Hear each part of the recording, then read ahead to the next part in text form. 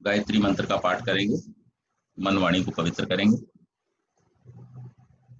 ओम भूर्भुवः स्वः तत्सवितुर्वरेण्यं भर्गो देवस्य धीमहि धियो यो नः प्रचोदयात्।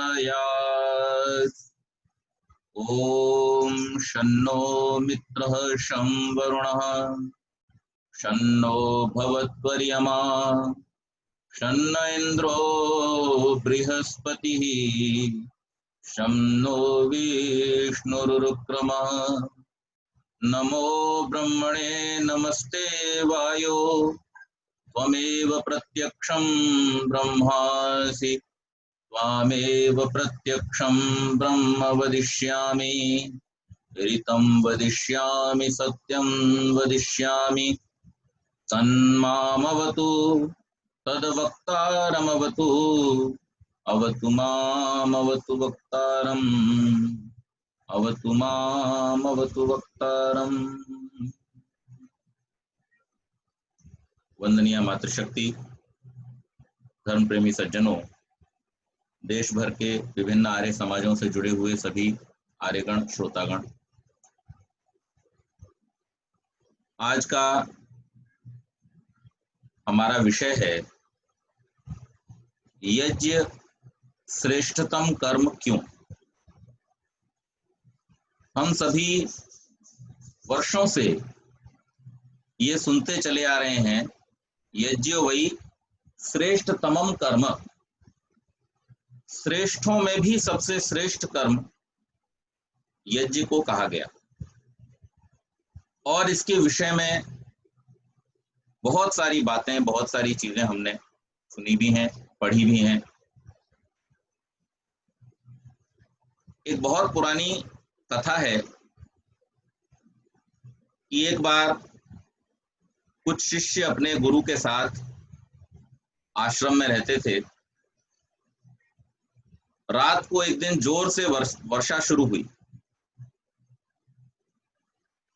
और बहुत जोर से रिमझिम बरसात हो रही थी। गुरुजी ने कहा, बच्चों जाओ, कोई एक जाकर के मटका रखाओ आंगन में, पीने के लिए पानी भर जाएगा, वर्षा का शुद्ध जल है।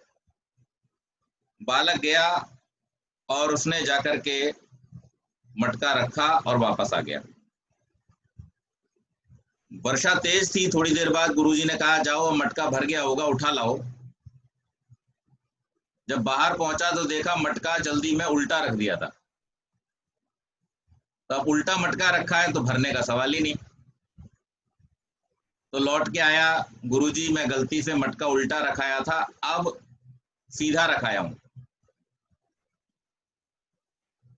थोड़ी देर बाद फिर गुरुजी ने कहा, जाइए अब उठा लाइए, पानी भर गया होगा। तो अब जो पिछली बार उल्टा रखाया था और पानी में भीगता हुआ गया, तो झुंझलाहट में इस बार इतनी जोर से रखा था कि नीचे से मटका फूट गया। अब छेद हो गया तो पानी कहां से भरेगा, फिर खाली। बोले गुरुजी गलती हो गई, जोर से रख दिया था, नीचे से मटका फूट गया। अब फिर सीधा मटका रख करके आया हूं और धीरे से रख करके आया। थोड़ी देर बाद फिर गुरुजी ने कहा, अच्छा भैया अब तो भर गया होगा, अब ले आओ, अब तो सीधा भी रखा है, जोर से भी नहीं रखा है। फिर गया, फिर उठा करके लाया और जब उठा करके अंदर ले आया, प्रकाश में देखा तो वो मटका जो था गंदा था, उसमें सब कूड़ा ऊपर आ गया पानी में। बोले ये भी पीने के काम का नहीं रहा। तो पहली बार में असावधानी से रखा, दूसरी बार में आवेश में रखा, तीसरी बार में बिना जाने रखा, बिना देखे बिना परखे रखा, और तीनों बार भरा हुआ जो पानी था वो व्यर्थ हो गया। फिर चौथी बार में मटके को धो करके, साफ करके, देख करके, बिना फूटा है, अच्छा है, साफ सुथरा है, रख करके आया, तब पीने योग्य पानी मिला। तो जब हम किसी कर्म के श्रेष्ठतम होने की बात करते हैं तो उसमें कुछ शर्त जुड़ी होती है। कोई भी कर्म केवल मात्र कह देने से श्रेष्ठ नहीं हो जाता, उसके श्रेष्ठ होने के पीछे, और यहां तो बात श्रेष्ठतम की जा रही, सर्वश्रेष्ठ, उससे ज्यादा अच्छा, उससे ज्यादा बेहतर, उससे ज्यादा करने योग्य कोई और कर्म है ही नहीं, ऐसा जब कहा जा रहा है तो इसका मतलब निश्चित रूप से वहां उसके पीछे किए जाने का कुछ विशेष तरीका, कुछ विशेष प्रकार, और उसके किए जाने से होने वाले कुछ विशेष लाभ वहां पर छुपे हुए। तो हम ये जानने का प्रयास करेंगे आज कि यज्ञ के साथ में ऐसा क्या क्या जुड़ा हुआ है। तो मैं एक बात अक्सर कहा करता हूं कि यज्ञ एकमात्र ऐसा कर्म है जो हमारा भौतिक और आध्यात्मिक दोनों प्रकार का विकास करता है, यानी इहलोक और परलोक दोनों की सिद्धि के लिए, दोनों में लाभ प्राप्त करने के लिए और दोनों में उन्नति करने के लिए अगर हमारे पास में कोई एक ऐसा कर्म है जिसको करके ये उपलब्धि हो सकती है तो वो कर्म है यज्ञ। यानी हमारे भौतिक और आध्यात्मिक दोनों प्रकार की उन्नति का साधन ये यज्ञ है। अब आप देखिए कि इसमें भौतिक उन्नति किस प्रकार से छुपी हुई है। आज हम थोड़ा सा इसका विश्लेषण करते हैं। हम यज्ञ का पहले विश्लेषण करें। यज्ञ कहां से आरंभ होता है? तो यज्ञ आरंभ होता है उसकी सामग्री से। अगर हमारे पास में यज्ञ करने की सामग्री न हो, और यहां पर मैं बहुत पर्टिकुलर बात कर रहा हूं अग्निहोत्र के विषय में, अगर हमारे पास अग्निहोत्र के लिए, यज्ञ के लिए सामग्री न हो, यानी हमारे पास में समिधा न हो, हमारे पास में साकल्य न हो, हमारे पास में घृत न हो, तो फिर हम यज्ञ नहीं कर सकते। तो इस यज्ञ को करने के लिए सबसे पहली और जो आवश्यक चीज है वो ये है कि हमें वनस्पति विज्ञान का ज्ञान होना चाहिए। अगर हम वनस्पति विज्ञान नहीं जानते हैं तो हम यज्ञ नहीं कर सकते, क्योंकि यज्ञ में कौन से पदार्थों को डालना है। तो स्वामी जी महाराज बड़ा सरल रूप में इसको प्रस्तुत करते हैं, कहते हैं कि रोगनाशक, सुगंधि कारक, पुष्टि कारक, आरोग्यवर्धक, ऐसे 4 प्रकार के पदार्थों को हमें इसमें डालना होता है। जो रोगनाशक, आरोग्यवर्धक हैं, जो सुगंधि कारक हैं, जो पुष्टि कारक हैं, और इसके साथ साथ वातावरण में एक मीठी गंध हो इसके लिए मिष्ट पदार्थों को भी डालने का प्रावधान किया। तो जिस व्यक्ति को वनस्पतियों का ज्ञान नहीं है, जिस व्यक्ति को औषधियों का ज्ञान नहीं है, वो यज्ञ नहीं कर सकता। इसलिए यज्ञ करने से हमारा वनस्पतिक और औषधीय ज्ञान जो है उसकी वृद्धि होती है। ये भौतिक रूप से होने वाला प्रथम लाभ यज्ञ का है। लेकिन दुर्भाग्य की बात कहां आ जाती है? दुर्भाग्य की बात यहां आ जाती है कि जैसे ही हमको कुछ सुविधा मिलती है हम प्रमादी हो जाते हैं, आलसी हो जाते हैं। अब आज क्या है कि लोगों ने इस साकल्य को व्यवसायिक रूप से तैयार करना शुरू कर दिया। बहुत अच्छी बात है, सुविधा होनी चाहिए, व्यवसायिक रूप से भी इसका निर्माण होना चाहिए, क्योंकि सब जगह सबको सब सुविधाएं उपलब्ध नहीं है। लेकिन इसका अर्थ ये कभी नहीं हो जाता है कि हम ये जानना ही बंद कर दें कि यज्ञ में कौन सी औषधियों, कौन सी वनस्पतियों का प्रयोग होना चाहिए। कई बार ऐसा अवसर आ जाता है कि जब हमें, अभी जैसे पिछले दिनों हुआ ऐसा, कोरोना काल में सब बंद था, लोगों को जाने आने की भी बाहर अनुमति नहीं थी, लोग घरों में थे, समाज बंद थे, और जो व्यवसाय जहां से होता है, दुकानें जहां खुलती हैं, वो सब बंद। अब ऐसी स्थिति में आपको अगर घर के अंदर अग्निहोत्र करना है, आप कैसे करेंगे? आपके पास सामग्री का रिजर्व तो है नहीं। बहुत सारे लोग ऐसे थे जो बेचारे परेशान हुए। लेकिन यदि उनको सामग्री का ज्ञान है तो घर में ही हमारे बहुत सारे ऐसे साधन मौजूद होते हैं, ऐसी व्यवस्था, ऐसे बहुत सारे पदार्थ हमारे पास होते हैं जिनके द्वारा हम यज्ञ कर सकते हैं। तो ये ज्ञान होना बहुत आवश्यक है। और भौतिक उन्नति में जो इस यज्ञ की पहली भूमिका है वो ये है कि जो यज्ञ करता है वो यज्ञ करता इन पदार्थों के ज्ञान को प्राप्त करने का प्रयास करता है, प्राप्त करता है और प्राप्त करके उसका लाभ उठाता है। तो वनस्पति विज्ञान और आयुर्विज्ञान का ज्ञान इस भौतिक उन्नति में यज्ञ के द्वारा प्राप्त होने वाला पहला साधन। और दूसरा क्या है? दूसरा है पशुपालन। हमारे यहाँ ये कृषि प्रधान देश रहा और इस कृषि प्रधान देश में गौओं का और पशुओं का जो पालन है वो बहुत प्रचुर मात्रा में किया जाता था। बहुत सारे पशु लोग पाला करते थे। और क्यों पाला करते थे? क्योंकि ये वेद की आज्ञा है कि पशुओं का पालन किया जाए। क्यों पशुओं का पालन किया जाए? गौ आदि पशुओं के द्वारा जो घृत प्राप्त होता है उस घृत से हम यज्ञ कर सकते हैं। अगर घी ना हो आपके पास तो आप यज्ञ करोगे कैसे? अग्निहोत्र करोगे कैसे? और अगर सभी लोग पशु पालना बंद कर देंगे तो घी आएगा कहां से? तो इसलिए पशुपालन भी यज्ञ के द्वारा प्रस्तावित होता है और यज्ञ के द्वारा हम पशुओं की रक्षा भी करते हैं और पशुओं के द्वारा हम यज्ञ की रक्षा भी करते हैं। आप सब जानते हैं कि जहां पर महर्षि ने 33 देवताओं की चर्चा की है, ऋग्वेदादि भाष्य भूमिका और सत्यार्थ प्रकाश दोनों में, वहां पर उन्होंने इंद्र और प्रजापति दो देवता गिनाए हैं अंत में। 8 वसु, 11 रुद्र, 12 आदित्य, इंद्र और प्रजापति, इस प्रकार से उन्होंने ये 33 देवताओं की गिनती कराई। और इस प्रजापति को उन्होंने क्या कहा है? तो प्रजापति के दो अर्थ दिए। एक तो प्रजापति का अर्थ दिया है यज्ञ और दूसरा प्रजापति का अर्थ पशु भी दिया है, क्योंकि पशुओं के द्वारा भी प्रजाओं का पालन होता है। तो इसलिए पशुपालन भी हमारी संस्कृति का और इस यज्ञ का एक बहुत महत्वपूर्ण अंग है, जो कि हमने धीरे धीरे छोड़ दिया है। यज्ञ हमें पशुपालन की भी प्रेरणा देता है, पशुपालन के लिए भी हमको प्रेरित करता है। और इसके बाद में बहुत महत्वपूर्ण चीज है गणित एवं ज्योतिष। आपको अगर यज्ञ करना है तो आपको यज्ञ करने के लिए यज्ञ कुंड का परिमाण कितना होना चाहिए ये आपको पता होना चाहिए।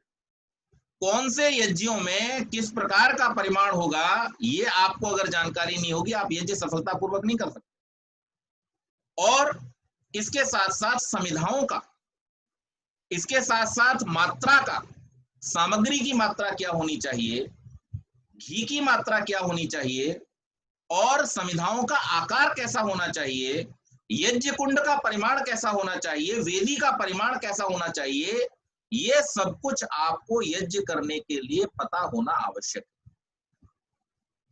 आप जब किसी कार्य को करने जाते हैं तो क्या आप उसकी जानकारी प्राप्त नहीं करते? हम उसकी बारीकी से जानकारी प्राप्त करते हैं। हम एक मोबाइल फोन खरीद करके लाते हैं तो उसके मैनुअल को पहले पढ़ते हैं।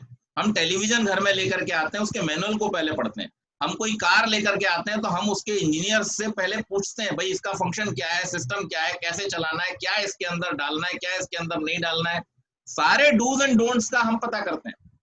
लेकिन यज्ञ के मामले में हम अक्सर ये लापरवाही बरत देते हैं कि चलो जैसे हो जाए ठीक है। नहीं, हमें इसका पूर्ण ज्ञान होना चाहिए और ज्ञान प्राप्त करने का कम से कम प्रयास तो होना ही चाहिए। इसके साथ दूसरी चीज मैंने बतलाई, ज्योतिष। ज्योतिष क्यों आवश्यक है? हर यज्ञ का विशेष समय है, हर यज्ञ के किए जाने की विशेष ऋतु है और हर ऋतु में किए जाने वाला विशेष यज्ञ है। हर ऋतु में आवश्यक होने वाले और आवश्यक रूप से प्रयोग किए जाने वाले विशेष पदार्थ हैं। हर समय का, हर ऋतु का, नक्षत्रों का, तिथियों का, इसका ज्ञान आप कैसे प्राप्त करेंगे अगर आपको ज्योतिष का ज्ञान नहीं होगा? तो यज्ञ ज्योतिष की, और इसीलिए इस महत्व को समझते हुए वेदांगों में ज्योतिष को नेत्रों के स्थान पर रखा गया। अगर हम शरीर मान लें वेद ज्ञान को, तो इस वेद ज्ञान रूपी शरीर में ज्योतिष जो है वो इसकी चक्षु है, इसकी आंखें हैं, इसके बिना आप जान ही नहीं सकते। तो यज्ञों को किए जाने का समय, यज्ञों को किए जाने की ऋतु, कौन सी ऋतु में प्रयोग किए जाने वाला कौन सा सामान, क्या हमें इसकी जानकारी नहीं होनी चाहिए? हमें इसकी जानकारी अवश्य होनी चाहिए।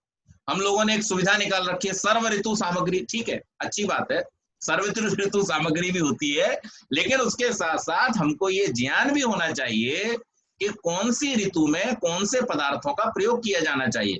बहुत सारे लोगों को मैंने देखा है कि उन्होंने कहीं देख लिया कि पंडित जी तो सामग्री में जौ डालते हैं, पंडित जी तो सामग्री में तिल डालते हैं, पंडित जी तो सामग्री में इलायची डालते हैं। अब उन्होंने देख लिया और देख करके किसी भी ऋतु में कभी भी वो सामान उसमें ऐड करना शुरू करते, ऐसा नहीं करना।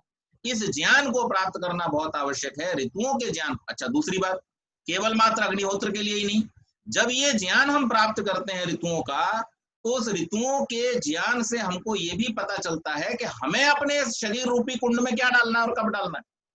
क्योंकि आज खान पान हमारा इतना अव्यवस्थित हो गया है कि हम किसी भी ऋतु में कुछ भी खाना शुरू कर देते हैं। हम गर्मियों में ठंडे चीजें खाते हैं और ठंड की ऋतु में हम ठंडी चीजों को खाना शुरू कर देते हैं। क्यों? क्योंकि आजकल तरबूज भी मिल रहा है। आप जाड़ों में देखो, आपको तरबूज मिल रहा है, तरबूज खाओ। आपको जाड़ों में आजकल आम मिल जाएगा, आप आम खाओ।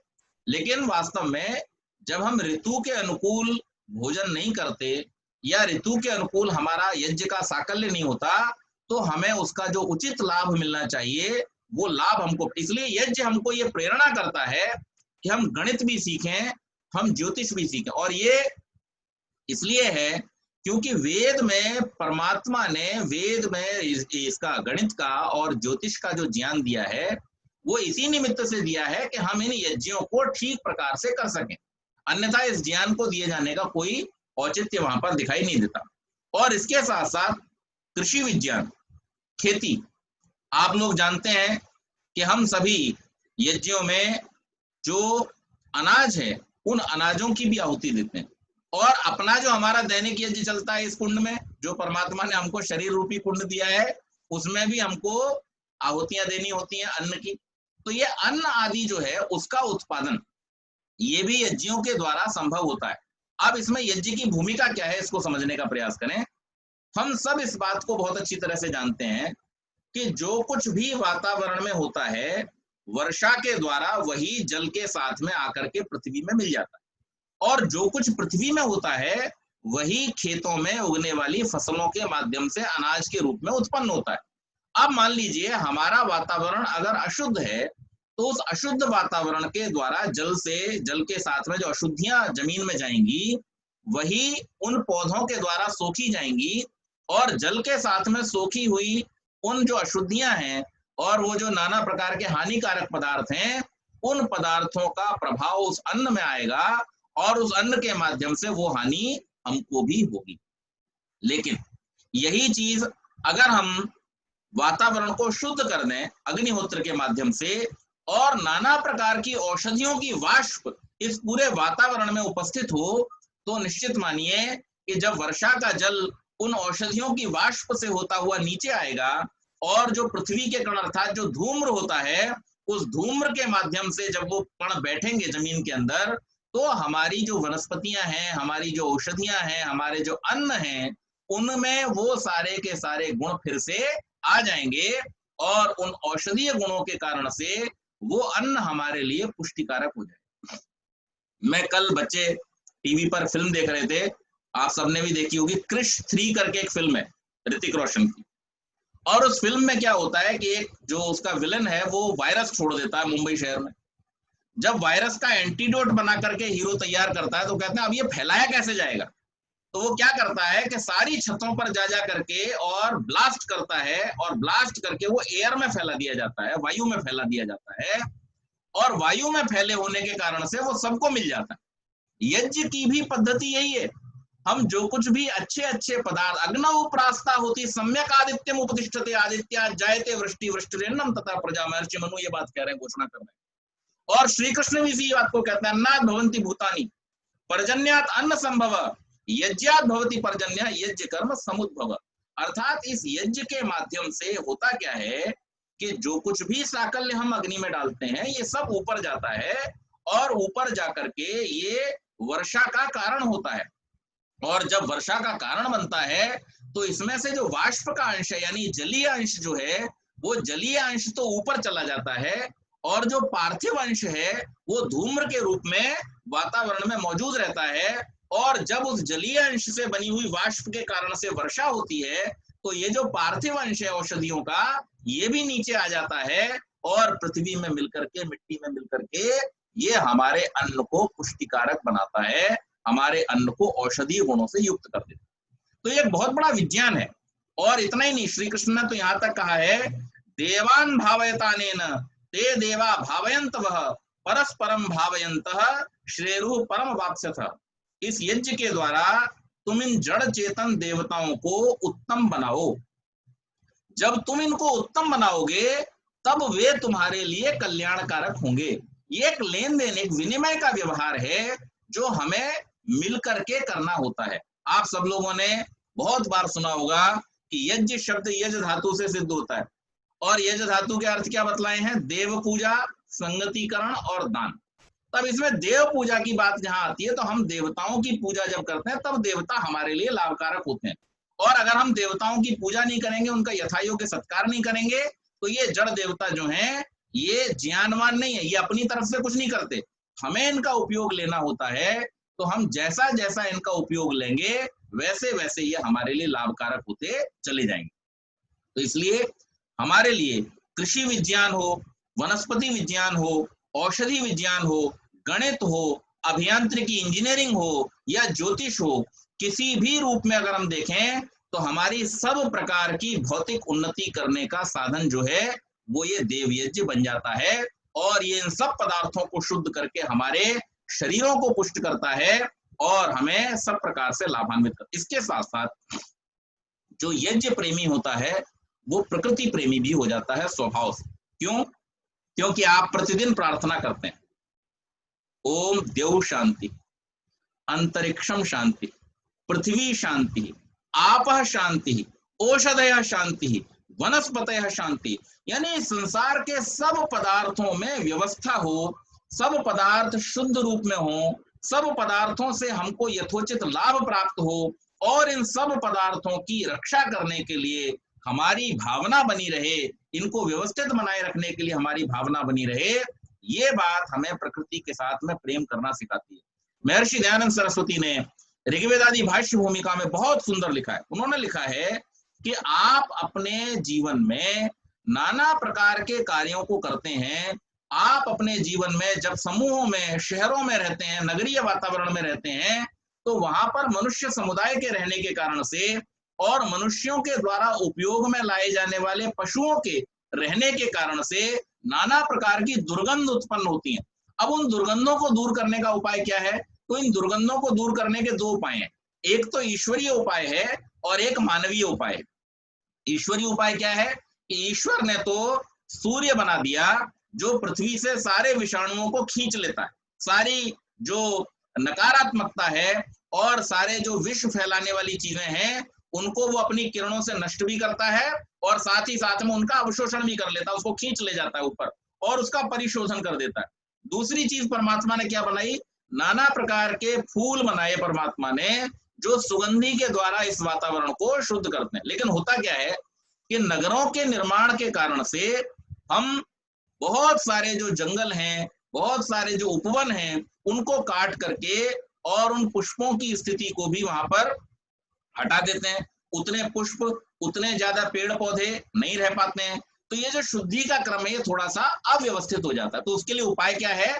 उसके लिए हमारे ऋषियों ने हमको उपाय दिया कि जब हम नगरीय वातावरण में हो जहां पर क्राउड ज्यादा है, एनिमल पॉपुलेशन और ह्यूमन पॉपुलेशन जहां पर ज्यादा है अपेक्षाकृत, वहां पर आपको अपना थोड़ा सा इनपुट दे देना है कि शुद्ध पदार्थों को, उत्तम पदार्थों को अग्नि में समर्पित करके इस अग्निहोत्र के माध्यम से, यज्ञ के माध्यम से आप इस वातावरण की शुद्धि में अपना योगदान दे सकते हैं ताकि एक बैलेंस बना रहे। क्योंकि हमने, जैसे हम अक्सर उदाहरण सुनते हैं कि हम अगर लोन लेते चले जाएं, क्रेडिट लेते चले जाएं, लेकिन अगर हम उसको रीपे ना करें तो हम डिफॉल्टर हो जाते हैं। इसी प्रकार से इस प्रकृति से हम केवल शुद्ध शुद्ध शुद्ध शुद्ध पदार्थों को लेते चले जाएं, लेकिन उनको फिर से शुद्ध करने का उपाय अगर हम नहीं करेंगे तो निश्चित मान लीजिए कि हम ही जब लौट करके संसार में दोबारा आएंगे तो हमको ये अशुद्ध संसार मिलेगा और इसको हम शुद्ध रूप में प्राप्त नहीं कर सकेंगे।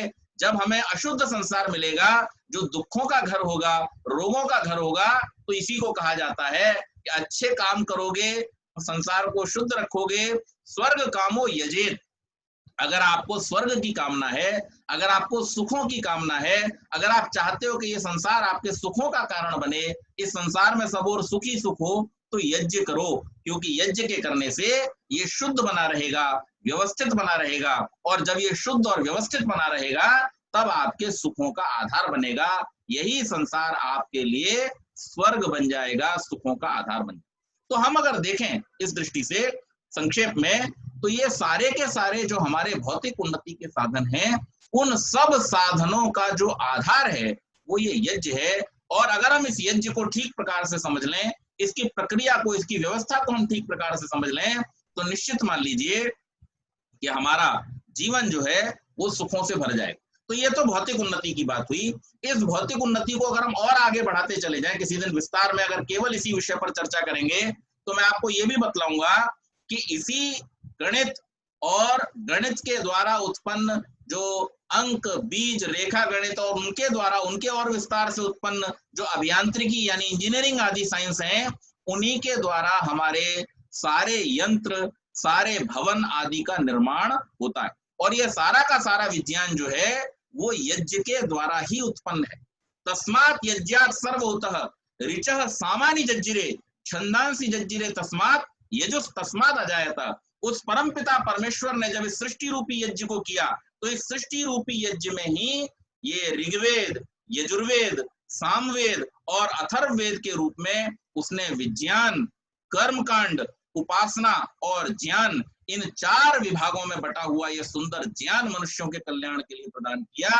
तो आप इस बात से अनुमान लगा सकते हैं कि संसार में जितनी भी भौतिक उन्नति है और जितना भी ये भौतिक संसार हमको दिखाई देता है, इसको अगर सुख पूर्वक हमें भोगना है, इसको अगर सुख पूर्वक हमें अपने जीवन को व्यतीत करना है, तो निश्चित रूप से इस यज्ञ को अपने जीवन में अपनाना हमारे लिए बहुत महत्वपूर्ण। अब दूसरी बात आती है आध्यात्मिक उन्नति।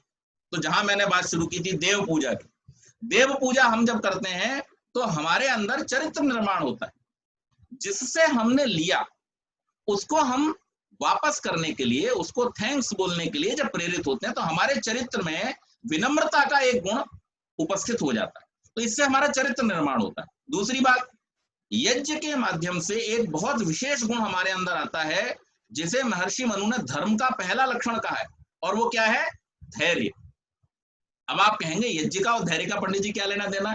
बहुत बहुत ज्यादा गहरा इसका संबंध है। और वो कैसे है मैं आपको बतलाता हूं। यज्ञ जब हम कर रहे होते हैं, तो यज्ञ करते समय हमें सामग्री और घी की आहुतियां देनी। अब आप देखिए कितना बड़ा विज्ञान जुड़ा हुआ। यज्ञ का नियम है कि मंत्र के समाप्त होने के बाद में स्वाहाकार का जब उच्चारण होगा, तब आपको उस आहुति को समर्पित करना है। लेकिन होता क्या गड़बड़? जिन लोगों में पेशेंस नहीं है, जिन लोगों में धैर्य नहीं है, आप सब जानते होंगे, सब देखते होंगे यज्ञ को करते हुए लोगों को क्या करते हैं? स्वाहा बोलेंगे, पंडित जी तो बोलते रहेंगे, हमने तो पहले चढ़ा देनी है, और उठा करके वो सामग्री को कभी भी डाल देते, मंत्र के बीच में डाल देते, स्वाहा बोलने से पहले ही वो सामग्री को समर्पित कर। इसी प्रकार से यज्ञ में एक और क्रिया होती है जल प्रसेचन की, चारों ओर जल छिड़कना होता है। अब जल छिड़कने का एक विधान है। क्या विधान है? कि जब मंत्र पूरा हो जाए, आदिते अनुमन्यस्व, अनुमते अनुमन्यस्व, सरस्वती अनुमन्यस्व, और फिर देव सविता वाला मंत्र, ये 4 मंत्रों को बोलते हुए जल को चारों ओर छिड़कना होता है। हम क्या करते हैं, एक तो गलती ये करते हैं कि पूरा ऐसा नाली बना करके उसमें पूरी नाली भर देते हैं। उसका एक्सप्लेनेशन भी बहुत सारे लोग देते हैं, लेकिन उसके प्रयोजन को समझते नहीं। ये प्रयोजन क्या है इसका? इसका प्रयोजन तो ये है कि जो वाष्प है, क्योंकि हम यज्ञ के अंदर जो कुछ डालना है वो पार्थिव है। अब पार्थिव के साथ साथ जलीय कण अगर उसमें नहीं होंगे तो वो हमारे श्वास तंत्र को नुकसान पहुंचाएगा। इसलिए उस यज्ञ वेदी के चारों ओर वाष्प का जलीय वातावरण भी बना रहे, इसके लिए उस जल को छिड़का जाता है। और स्वामी जी ने स्पष्ट रूप से छींटे दें, छिड़के, ऐसे शब्दों का प्रयोग किया। कहीं पे भी नहीं लिखा कि नाली बना के उसमें जल डाल दें, ऐसा नहीं करना होता। लेकिन मैं जो बात कह रहा हूं धैर्य की, तो वहां पे क्या होता है कि पंडित जी मंत्र शुरू नहीं कर पाते, तब तक तो वो नाली में पूरा भर देते हैं जल को। यज्ञ की प्रक्रियाओं के द्वारा हम अनुशासित होते हैं, और अगर हम वास्तव में अपने जीवन में अनुशासन लाना चाहते हैं तो ये सबसे पहली, सबसे अच्छी और सबसे छोटी शुरुआत है कि हम कम से कम जो ईश्वरीय कर्म करने के लिए बैठे हैं, हम कम से कम एक जो दिव्य कर्म करने के लिए बैठे हैं, वहां पर हम अपने आप को अनुशासित करें, और जो स्वाहा पर होने वाली क्रिया है उसको स्वाहा बोले जाने के बाद में ही करें, पहले ना करें। जब ये धैर्य हमारे अंदर आता है तो इस धैर्य के कारण से जो बाकी के सारे गुण हैं, सत्य है, अहिंसा है, अक्रोध है, ब्रह्मचर्य है, अपरिग्रह है, ये सारे के सारे गुण स्वयं ही हमारे अंदर आते चले। क्यों? क्योंकि आदमी झूठ कब बोलता है? अधीरता के कारण से।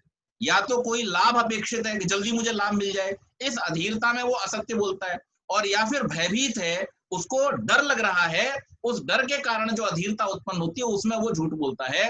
लेकिन अगर कोई व्यक्ति धैर्यशाली है, जिसको मालूम है, जिसके अंदर ये विचार करने की क्षमता है कि विपरीत से विपरीत परिस्थितियों में भी कोई भी वाक्य बोलने से पहले, कोई भी कर्म करने से पहले, जिसके अंदर धैर्य है और धैर्य पूर्वक जो इस बात का विचार कर लेता है कि अरे अभी तो मैं असत्य बोल दूंगा, लेकिन कभी ना कभी तो सत्य सामने आ ही जाने वाला है, फिर मेरी और ज्यादा हानि होगी, मान की भी हानि होगी और सम्मान और धन की भी हानि हो सकती है। जब ऐसा कोई समझ लेता है और धैर्य पूर्वक अपने कार्यों को करता, असत्य से बच जाता। हम हिंसा क्यों करते हैं? क्रोध के कारण से। जो हमें एकदम गुस्सा आता है, उस गुस्से के कारण से हम हिंसा कर बैठते हैं, दूसरे को हानि पहुंचा बैठते हैं। लेकिन जो धैर्यशाली व्यक्ति है वो पेशेंस के साथ में हर परिस्थिति का एनालिसिस करेगा, विचार करेगा, उसके बाद में उस पर एक्शन लेगा।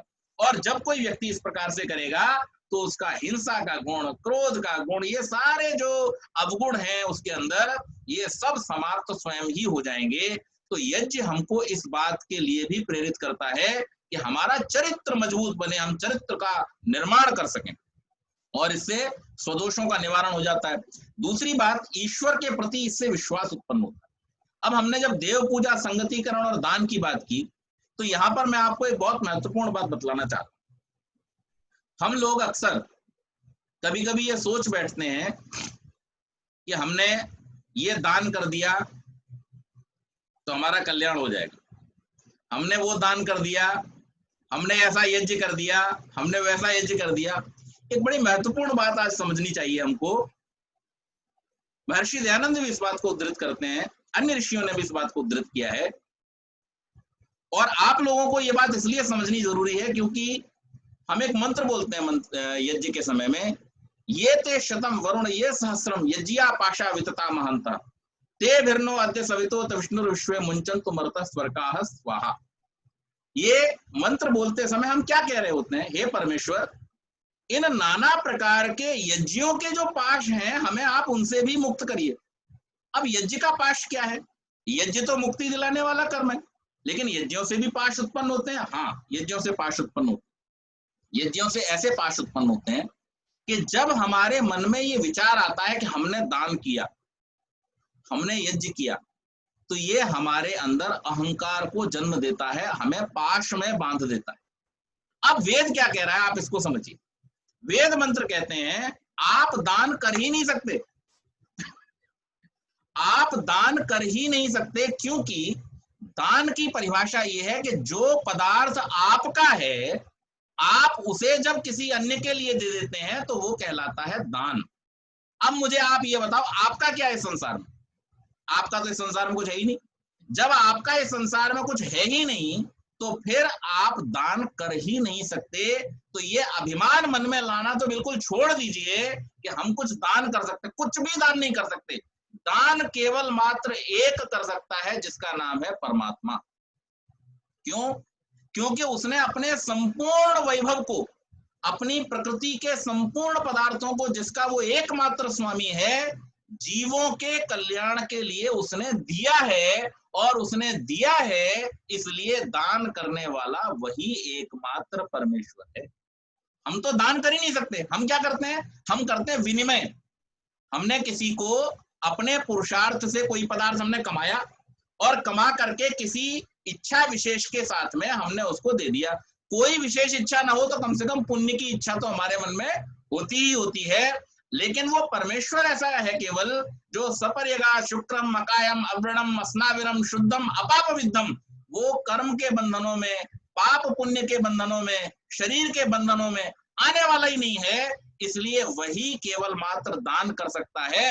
हम तो केवल विनिमय करते हैं, एक्सचेंज करते हैं। कुछ हमारे पास है वो हम दे देते हैं, कुछ दूसरे के पास है वो हम ले लेते हैं, हम दान नहीं कर सकते। इसलिए जब यज्ञ के 3 अर्थ बतलाए ऋषि ने, देव पूजा, संगतिकरण और दान, तो इसमें से हमारे लिए सिर्फ 2 हैं, हमारे लिए दान नहीं है। हमारे लिए देव पूजा है और संगतिकरण है। देव पूजा क्या है कि जिन देवों से हमें जीवन प्राप्त होता है वो जड़ देवता भी हैं और चेतन देवता भी हैं। हमारे माता पिता, आचार्य, गुरुजन, अतिथि, विद्वान, जिनसे हमें विद्या प्राप्त होती है। क्योंकि देव की परिभाषा देते हुए यास्काचार्य ने बड़ी अच्छी बात लिखी है, देवो दानाद्वा दीपनाद्वा द्योतनाद्वा द्युस्थानो भवती वा। तो दानाद्वा, दान देने वाला तो परमेश्वर है, उसको साइड कर दीजिए, आप तो दान कुछ कर ही नहीं सकते, आपके पास है क्या जो आप दान करोगे। अब दूसरा अर्थ आता है दीपनाद्वा, प्रकाशित करना। तो आप में तो लाइट है नहीं, वो तो सूर्य, चंद्रमा आदि और परमेश्वर ये सबको प्रकाशित करते हैं, तो वो भी आप नहीं कर सकते। और द्यु स्थानो भवती वा, आप तो पृथ्वी पे रहते हो तो आप द्यु स्थान भवती भी नहीं हो सकते। उच्च स्थानों पर रहने वाला और उच्च स्थानों पर उपस्थित चीजों को प्रकाशित करने वाला, ये भी कौन है? केवल परमात्मा है, तो वो भी आप नहीं हो सकते। तो आप क्या हो? आप द्योतनाद की श्रेणी में आते हो। द्योतनाद का मतलब होता है सत्य का प्रकाश करने वाला, ज्ञान का प्रकाश करने वाला, ज्ञान का विस्तार, प्रचार प्रसार करने वाला। तो मनुष्य के करने योग्य जो एकमात्र श्रेष्ठ कर्म है वो क्या है? ज्ञान का प्रकाश करना, ज्ञान को विस्तृत करना और सत्य को सबके सामने उपस्थित करना, सत्य को सबके सामने उद्घाटित करना। यही केवल मात्र हमारे लिए देवत्व को प्राप्त करने का एकमात्र साधन है। और इसलिए ऋषि कहते हैं कि आप अपने मन से जब मंत्र बोलते हैं तो मंत्र बोलते समय उसकी भावना को भी ध्यान में रखें कि हे परमेश्वर, हम देंगे क्या तुमको? हम इस संसार को क्या देंगे? हम कुछ लेके तो आए ही नहीं, हम तो खाली हैं। इस संसार के मालिक कौन हो? आप हो। इस संसार में सारा सामान किसका है? सारा मटेरियल आप ही का है, हमारा तो कुछ है नहीं। हम तो खाली हाथ आए थे और खाली हाथ ही जाने वाले हैं। और हम तो चाहते हैं कि हम बिल्कुल खाली होके जाए, हम तो कर्मों के बंधन से भी खाली होके जाना चाहते हैं, तभी हम आपको और आनंद को प्राप्त कर सकते हैं। तो इसलिए ये जो दान का एक मन में हमारे अहंकार आ जाता है, वो भी हमारे लिए पाश का कारण बनता है, उससे भी हमको बचना है। तो इसलिए जब हम ऐसी भावना को मन में लेकर के आते हैं तो हमारा चरित्र निर्माण होता है, हमारा दोष निवारण होता है, साथ ही साथ में ईश्वर पर हमारा विश्वास उत्पन्न होता है, क्योंकि वही इस संसार में हमको सब कुछ देने वाला, हमको सब कुछ प्राप्त कराने वाला। और जब ईश्वर पर विश्वास होता है तब हमें अपने आप पर विश्वास होता है, जिसे हम आत्मविश्वास कहते हैं, आत्मा में विश्वास। सबसे बड़ी दिक्कत आज क्या हो गई है, मैंने पिछली बार चर्चा की थी आपके बीच में कि तमाम उम्र मैं एक अजनबी के घर में रहा कि मैं जान ही नहीं पाया कि मैं हूं कौन, मैं क्यों हूं, मैं कहाँ हूं और मेरा प्रयोजन क्या है। ये जानना भी तभी हो सकता है जब हम यज्ञ करेंगे। क्यों? यज्ञ का जो सफर है वो कहां से शुरू होता है और कहां समाप्त होता है? यज्ञ का सफर शुरू होता है स्व से, स्व से शुरू होता है, मैं, लेकिन खत्म कहां होता है? स्वाहा पर, इदं न मम पर। ये बात जो व्यक्ति अपने जीवन में समझ लेता है कि स्व से लेकर स्वाहा तक पहुंचना इस यज्ञ का प्रयोजन है, वो वास्तव में अपने जीवन को श्रेष्ठ बना पाता है। अपने आध्यात्मिक उन्नति के अच्छे स्तर तक वही व्यक्ति पहुंच सकता है जिसने इदं न मम बोलते समय स्वाहा की प्रतिज्ञा अपने मन में कर ली हो। जब तक हमारे मन में स्वाहा की प्रतिज्ञा नहीं होगी तब तक हमारा इदं न मम कहना जो है वो झूठा हो जाएगा। क्यों? हम कह तो रहे हैं इदं न मम, इदं न मम, लेकिन हमने स्वाहा कुछ किया ही नहीं, हमने त्यागा तो कुछ है ही नहीं। तो जब हम त्यागने की प्रतिज्ञा कर लेते हैं कि हे परमेश्वर, हमारा जो शुद्ध स्वरूप है वो शुद्ध स्वरूप तो इसी रूप में है कि संसार के जो पदार्थ और इन पदार्थों के साथ में हमारे नाना प्रकार के कर्म और अज्ञानताओं के कारण से जो हमारा संयोग हुआ है, योग दर्शन और सांख्य दर्शन के ऋषि कहते हैं कि परमात्मा ने मनुष्य को या प्राणियों को इस संसार में क्यों भेजा, इस संसार में आपका जन्म क्यों हुआ? तो वहां अनेक प्रश्न उपस्थित किए गए। पहला प्रश्न उपस्थित किया गया कि समय के कारण, बोले नहीं। जन्म कर्म के कारण, बोले नहीं। परमात्मा की व्यवस्था के कारण, बोले नहीं। किस कारण से हुआ? प्रकृति से जो अज्ञानतावश आपका संयोग हुआ, उसके कारण से आप इस जन्म मरण के बंधन में लगातार पड़े रहते हैं। तो हम प्रार्थना करते हैं, हे परमेश्वर, हमारी अज्ञानता को दूर करके हम ये जो बंधन में फंस गए हैं, ये पाशों में जो हम फंस गए हैं, इसे छुड़ाने का काम करो। और छुड़ाना तब होगा जब हम स्वयं से छोड़ने का प्रयास करेंगे। और इसीलिए यज्ञ में कहा जाता है, स्वाहा इदं न मम, हे परमेश्वर, मैंने जो तुमसे प्राप्त किया था छोड़ दिया, ये मेरा नहीं है, आपका है, आप संभालो। लेकिन मुझे मेरा जो हक है, मेरा जो अधिकार है आनंद को प्राप्त करने का, वो कृपा करके मुझे प्राप्त करा दो। ये भावना जब हमारे अंदर भर जाती है, जब इस प्रकार के विचार हमारे अंदर दृढ़ हो जाते हैं, और जब इसी प्रकार की भावना से हम दिन रात अपने कर्मों को निर्धारित करते हैं, तो निश्चित मान लीजिए ये यज्ञ ही हमारी मुक्ति का साधन बन जाता है। और इस यज्ञ के द्वारा अपने जीवन को श्रेष्ठ बनाते हुए हम मुक्ति के सोपान को, जो हमारे जीवन का परम लक्ष्य है, जो दुखों से छूट जाना हमारे जीवन का परम लक्ष्य है, उसको हम ठीक प्रकार से प्राप्त कर पाते। तो इसलिए इतने सारे गुणों को, इतने सारे सुखों को, इतने सारे प्रकार के वैभवों को बढ़ा देने वाला संसार का एकमात्र कर्म जो यज्ञ है, इसीलिए ये यज्ञ सर्वश्रेष्ठ कर्म है। यज्ञो वही श्रेष्ठतमम कर्म। ये थोड़ी सी चर्चा यज्ञ के विषय में मैंने आज की, आप सबने ध्यानपूर्वक सुना। बहुत बहुत धन्यवाद। बहुत बहुत धन्यवाद आचार्य जी। द्यौः शान्तिरन्तरिक्षं